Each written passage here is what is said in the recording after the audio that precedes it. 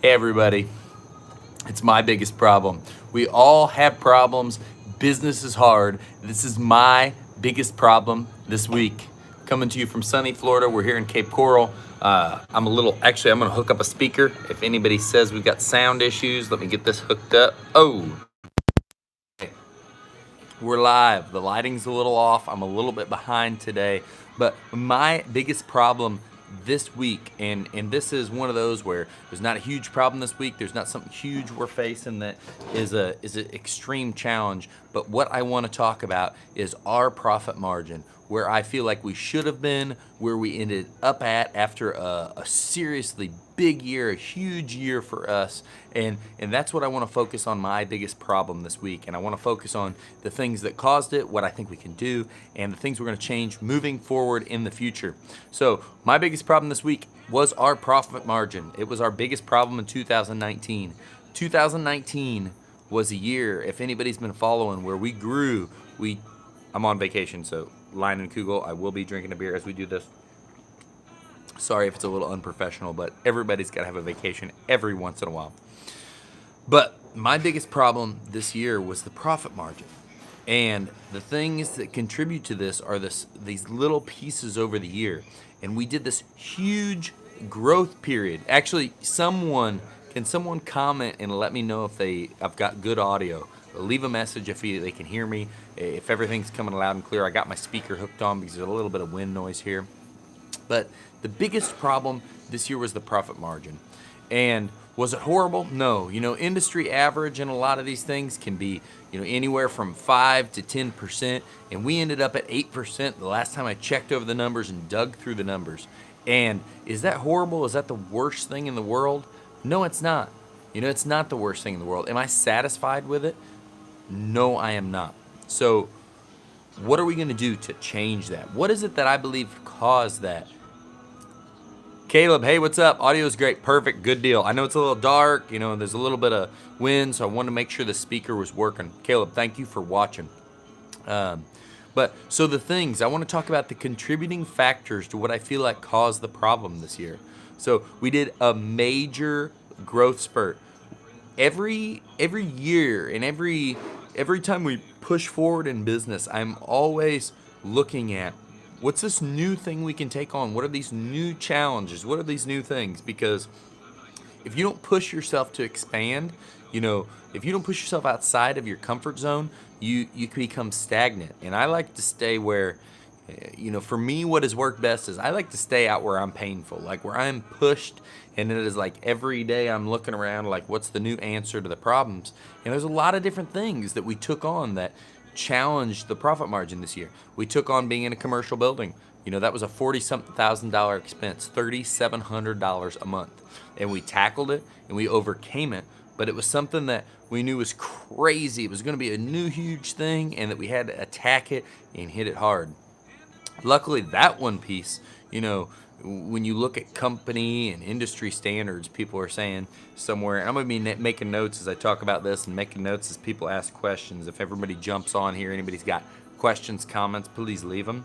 But the industry average is somewhere around like a 4% of your gross revenue is what your shop and things cost. And I was really happy to the day that we pushed so hard that we got this year where our shop rent, which we had no idea it was going to be that way, I just had the goals set to be that way, it became 4%, So we ended the year out doing 1.3 million in sales, but I wasn't happy. And there's other contributing factors to where our profit margin was at. Did we make a profit? Yes. But was it where I think we should be? Everything I've been involved in, everything I've looked at, everything I push towards, leads me to be wanting to have a business that runs in 20% profit to 30% profit margin. Our size of business and continuing to grow, that would be unbelievable. And that is our new goal. That is what we're shooting for. But this year, as a byproduct, and I knew this, I've talked about this with multiple people, I knew this going in, but as a byproduct of massive growth, as a byproduct of going from a company that makes in the hundreds of thousands to breaking that million mark, there's going to be so many additional expenses. Office if we were to take all of the people out of our office and put it right back to our bottom line, it would give us an instant 10% boost on what we paid to the office. That right there, if you take that versus what we were, and this is just me being super transparent because that's who I am, that right there would put us at 18% alone. If anybody's watching this and they haven't, and they're just getting in, we're talking about my biggest problem. We're talking about profit margins, something we're wanting to increase and make better. Hey, Vince, thank you so much. Vince says, congrats on your growth and revenue. That is awesome. I really appreciate that, Vince. But leave comments, ask questions. We're talking about profit. We're talking about revenue. We're talking about business growth. And, I knew as a byproduct of all of this business growth that there were going to be losses in the profit margin. You can't expand a business. You can't blow a business up and go in a big direction really, really quick and sometimes not take a little bit of a hit for that. So we knew this going in and we kind of planned for this. And we pushed into this year. We made this big bump in revenue. We were able to take the business from the roughly right at 900,000 a year mark to 1.3 million a year. And in that transition, the things that come in, like I said, are that office. That office is huge for us. It was 10% of our revenue, and I hope it grows and the whole business grows because now where our office stands, we are able to handle unbelievable amount of sales. So now moving forward, as that revenue grows, we don't need to grow our office again. We don't need to grow all these back end things. We're not going to go and dump another 40,000 a year additional on top of the 40,000 we already spend a year on a shop. We're not going to up that anymore. So these things aren't going to raise. But there was all these little things. I've heard Dirt Monkey talk about a big business not being that profitable, and they grew really big and it wasn't that profitable, so he shrunk it and shrunk it and shrunk it, became more profitable. And I hear that story a lot. And I guess what I want to be on here to talk about is my thoughts on that. And in the transition from that 500,000 to the 1.5 million, the 2 million range, there's going to be so many costs that a small business doesn't incur that you have to break through, and you have to grit your teeth, and you have to have a plan, and you have to drive forward through these things. Otherwise, you'll just stay stagnant. You'll not make a profit, and it'll just last forever. And that's the things like maybe taking on a better shop, taking on more high dollar employees so you're not out there in the field and you can grow the business. Taking on an office staff so you can take advantage of every phone call, every time the phone rings, taking advantage of that, having multiple people out selling, feeding the machine, and all of these things just chip away. And 2019 for us in the goal and the game plan wasn't a year to focus on what's the bottom line, because it would do no good for us knowing that the bigger picture is down the road. I want to invest now. I want to build something now so it can be insanely profitable down the road. So with everything we've learned, I see a couple more people are hopping on here, guys. We're talking about profit margin. We're talking about revenue. We're talking about business growth. Leave a comment below of your business revenue, what your profit margins are. If you got questions, just shout it out here. I'd love to answer some questions. But I was looking down the road in what I want to build. I never wanted to stay in the middle in that area where it was going to be a challenge. I wanted to drive right through that portion of the window of where getting all the management and getting all the shop and getting all those things that make the business happen. I wanted to drive right through that and get to the other end of becoming more profitable and becoming a larger scale business. So what have I learned from doing this, and what could this spread back to other people? And some of the takeaways is you got to know that if you're going to, depending on what you want your life to be, there's other people I've heard like a Jason Cupp speak on it, and I've heard all these different financial people talk about how you can grow a business profitably at this tick, at this percent, if you do this, this, and this, and that may be true, and that may be totally 100% something you can do, and I support all of them. I think they're all super smart people. My take is I didn't want to spend time in the bleed zone of my business. I wanted to take it from where we are at now and then get into the good part of the business. Now, if you want to stay in the lower range of business, you want to keep people out of your office, you want it to be you running the gun and have a smaller business, that is perfect. You're going to make massive profits. In this video, you may never even need to listen to me talk about what I went through this year to find out what's on the way. But as you start upping those people that aren't actually driving revenue, people in the office don't technically drive revenue, they drive sales, but they don't produce day in and day out like someone in the field does. And it's so hard that justification of expanding that office is going to automatically just take away so much profit in the beginning. And then as you plan for the future moving forward, and the typical planning is do it really slow at an incremental pace and do it at this rate and read these statements and look at your cash flow and see what you can afford. I did more of the version, and it's just how I live my life, is I wanted to go from here and then I wanted to be over here and be done with it. So I'd rather be in pain for a short amount of time and get it over with and trip over into the good. So all of the learning from that showed us that we can. We went out there and we marketed like crazy. We upped our ad budget. We upped our marketing budget, and we're going to up it again. And we learned that we can go like mad and be somewhat profitable at least. And that alone was a huge eye-opener to me, because some of the things that we tested and we tried this year, I was scared. Like I mentioned at the beginning of this, for everyone jumping in, we're talking about revenue, we're talking about profit margin. Anybody leave comments and questions, I'll answer whatever I can for you and get you some feedback.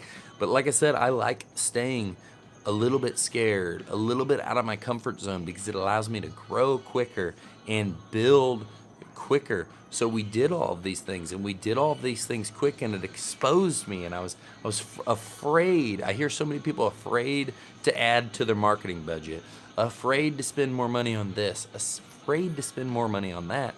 In this year, we went at it a million miles an hour. We focused on the job costing. We knew what we needed to charge per man hour to recoup everything that we were going to do. And it worked. It worked great. It just wasn't as much as I wanted.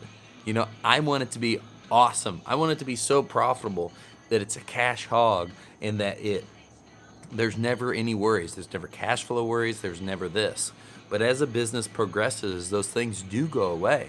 So now we're going to break over into 2020. And from these things I have learned, from these little things that I knew were going to take away, that I've heard so many people talking about, now I see those. I see the percentage what our office is going to draw. I see what our payroll is going to draw. And now we are creating the plan to have a 20% profit moving through 2020 and become the healthiest, the best, the most successful business Scooter's Lawn Care has ever been. And I can't say I have ever been more excited. Vince, at this level, 1.3 million, what is your marketing expense as a percentage of sales? Vince, I've had a lot of people ask me that. I'm going to jump off of what I was saying and go right into that question. What is my marketing as a percentage of sales? My phone is what I'm taping on, so I really need that to do my math. But it's not what I want it to be. Looking back, I would like to see us, in 2020. And this is going to sound insane, so don't think this is too crazy, but our marketing has been extremely successful. And if marketing is successful and it drives you more leads and it actually makes you money, so coming in the top of the funnel, marketing cost $5, and for every $5 it makes you $8, that is super successful, or 10, whatever the number is. I'm not focusing on the percentage. I'm just focusing on less in, more out. If it is doing that, there's a lot of controversy in my end of there shouldn't even be a marketing budget. If you're growing and you can handle the growth, you should always, always, always, every day of the year, all of the time, be marketing. But if you can handle the growth, there should not be a budget. Someone's going to knock me and say that's wrong, but there shouldn't be a budget. But what I would like to see ours is 10%. That's where I was going to say it sounds crazy. That sounds like big numbers. We've spent 6, 7, 8,000 on a month before on a really big splurge month on marketing. I would like to see us going into this year once things hit the uptick. We're already spending probably 3 or 4,000 a month anyway in marketing. I would like to see that jump to 10,000. 10,000 a month, staying at least that range, somewhere in that 10% range of revenue, because it pays dividends. It doesn't just get us all these new customers. It brands us. It makes us the most reputable company in town because everyone is seeing what we're doing. So talking about it as an exact percentage, I think that needs to be right for you. I think that you need to do what works for you. I think you need to do what you can handle. But the most important... Oh, Blakey, what's happening, son? Will you go in and hang out with Mommy for a second? Daddy's shooting a video and it'll be done in a second. My phone. I'm shooting a video with it. Go in with Mommy real quick, or go in with Dad, or go in with Grandpa. Slight delay here, guys, in the video. So, what I was going to say is, I think it's got to be what's right for your business. I think I'm getting some assistance here on the Blakey. I think it's got to be what's right for your business. I think it has to be and something that you can handle in the workflow that comes in. But with the most important thing that I see, start and stops in life. In anything you do or bad, don't start and stop. If you've started marketing, don't stop because it's got more than you can handle. Don't turn it off, because when you turn on marketing, it's not like you turn on marketing today and the phone blasts off the hook tomorrow. You turn on marketing today and sometimes in the future it blasts off the hook. So you never want to trip that trigger and make it go away. I know that was kind of a muddy answer. I would say somewhere, if I had to guess at a percentage, 5 to 10%, judging on what you're wanting to do. I've heard of people spending 15%. It really, really depends on what you're wanting to do. But great question, Vince. Great question. That's awesome question. I've always wanted to narrow that number down better. So, Vince, I like your approach. You're supporting your growth plans with good marketing dollars. Exactly, Vince. When someone first starts a business, they probably shouldn't you shouldn't throw good money out the window on something you don't know is going to work. But if you've already done a bunch of marketing testing, you've been marketing, you've been growing a business, you've already got some kind of feel. Like every call that comes in the door, we check on how they heard about us, so we know our closing rate on anything we do. So we've got a good grip on what we spend and what it does for our business. And once you get that, and it's a trial and error getting there. But once you get that, you know what you want to do. You want to grow your business, you spend money. For us, it's Google AdWords, Facebook, and we spend our time on email marketing. So that is that's where the marketing end of it goes. And I really appreciate that question, Vince. What I want to jump into on other problems in our business. So as we did this massive growth, and I talk about all of these little things that contributed to us being less profitable, such as the new shop, taking on so much office staff, having 4 ladies in the office. They do a phenomenal job. I can't speak enough for them. Everybody in the business, I feel like, is family, and I'm so glad every day for every single one of them to be there. But the next one is, with this growth, we focused heavily on job costing. But with that being said, we also took on so much new work and so many things were going on that even though we're focusing on it, didn't mean we made sure it was always right. We know our numbers, we know where we ended on every job, but we had so much manpower out there this year that there was a time where it felt like it was a waste. It wasn't the right manpower in the right place. It wasn't enough skilled labor versus just flat out labor. And that was our third biggest piece that ate away at our profit this year, was unutilized, incorrect labor for what we were doing. Meaning, like I said, unskilled, not enough skilled, a ton of general, like, standard, just basic labor with not enough manpower that could manage that and make that work. So going into my boys are crazy. My grandpa is tackling one down right now, trying to keep him out of this video for a few minutes so I can wrap up. But going into 2020, along with the things that we're going to work on to make us insanely profitable, to get us in that 20, as close as possible to that 20 or over, and somewhere in between that 20 to 30% range, are we're going to be focusing on more skilled people, higher paid people, and better equipment. The first piece of equipment we bought going into this year was a mini excavator. And it's going to change the way our excavation for patios and our prep work goes. We just did a huge patio a few months ago that, with the machine we have now, instead of sending 4 or 5 guys in to do the initial prep, clean up, get everything ready, get the site dug out and ready for base, now we're going to be able to put in that machine and one guy with either a laser or a zip level, or now what we use is the U level, and it's going to allow us to have less labor hours on every job, therefore fixing the issue that we talked about. All this overage of labor, anything that we don't waste, is going to go direct to the bottom line. And now we're also reevaluating our prices. And it looks like things are going to go, probably 2 to 5% up as well on some of our pricing. In all of that, anything, that little tiny percent that changes on a job, when you're already driving a profit, even if it doesn't seem like much, even if it doesn't add a ton to the top line revenue that everybody compares and everybody talks about how big my business is. Well, the real question should be, how healthy is your business? And that few percent, or whatever it may be, anything you add when you're already profitable goes directly to the bottom line. It makes you that many more percent more profitable. And when you're talking in a range of where 8% is average and another 3% gets you to 10, and that's good, and 20 is phenomenal, and 30 is just freaking out there, you can see it doesn't take many percent to really tilt the scale of what you're doing. So, in wrapping this up, guys, if there's anybody watching this that's got any questions, please leave them. I would love to answer that. I'd love to hear about your profits this year, your revenues this year, any crazy thing that was going on that you feel like has deteriorated your profits, that has made your business more stressful, that has just flat out been a challenge. Leave that right now. We'll talk about that as well before we go. And this has been my favorite thing to shoot.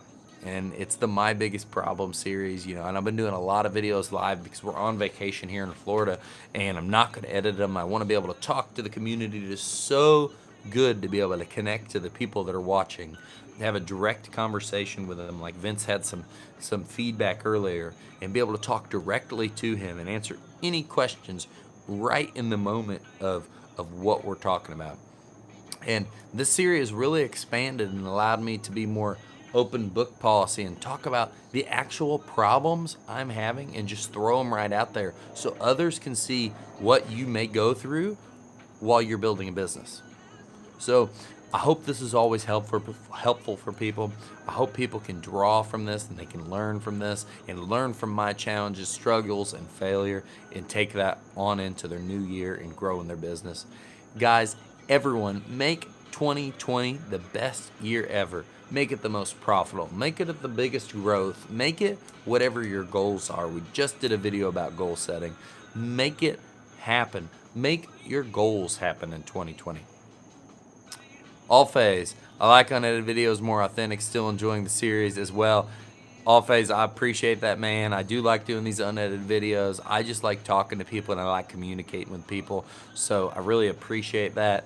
As long as the quality's good, the lighting's not good today. The one on the pier was better the other day. But yes, I love shooting these. I shoot these every day. And the more feedback I get, the more exciting it makes these, because I love talking with the people on here. Caleb, thank you so much for your transparent honesty. Too many guys acting like something they're not. I mean, that's an issue, I'll tell you where I win and where I fail. And I do see a lot of stuff that, you hear crazy people talking about stuff, not crazy people, but you just hear people talking about stuff that they just because anybody can pour information out on this platform, and it doesn't mean it's right or wrong, or it doesn't mean they're knowledgeable or they're not. And just like the other day, there's been a lot of guys bashing on it. I'm not going out of my way to bash on it, but someone was giving you guys the only reason to do this is to communicate. There is not enough money that you could ever make off of YouTube at the platform of most of like us that would be worth it. The only reason to get on here every day and every few days that we can shoot a video is truly because you just care about the people watching and you want people around you to succeed. You want to spread what you've learned to help other people. And you've got people on here like someone saying that they 1099ing employees is a great way to go. Like the IRS says that's not even a thing. Like that's not how it works. You don't 1099 employees. That is they have specific guidelines on what is 1099. And if you tell them where to go, the time you tell them to get there and you tell them everything else, they are not a contractor. They are not 1099. It's totally illegal. When you get audited, you're getting screwed. So sorry I went off on a tangent, but you got people giving that information. And so I just want to be as transparent as possible, tell you about my failures and my wins, and share anything I can to hopefully if it affects one person a year or a person every few years and makes their life easier, I've done what I wanted to do. But like I said, in wrapping this up, this has been my favorite series. Guys, you can follow me on Facebook. You can follow me on Instagram. You can follow me on Snapchat. This is my most active platform. I see we got 9 viewers on here. Before I go, does anybody have any other questions? Anything they want to throw up? I can see I got my wild kids. We're on vacation. I'm having a beer and enjoying myself and shooting a live video. And I want to give it a few more seconds before we go, that if anybody's got any questions talking about profit margin, talking about their struggles on profit margin, talking about how they're wanting to make their business bigger or grow, let's leave that on here. Kind of doing my little countdown here. But other than that, guys, it has been great shooting this video. It has been great doing live videos. I'm going to at least be doing these while I'm on vacation. And I will be on vacation all the way through next weekend. And next Wednesday, 2 Wednesdays from now, I probably won't actually have a video because I'm going to be traveling back home. But these live videos have been great. I hope everybody gets a ton out of this. And I look forward to talking to you soon. I want 2020 to be your most profitable, most successful, most growth-filled year, not just in business, but in life. Thanks for watching, everybody. I really appreciate your time. I'll talk to you soon.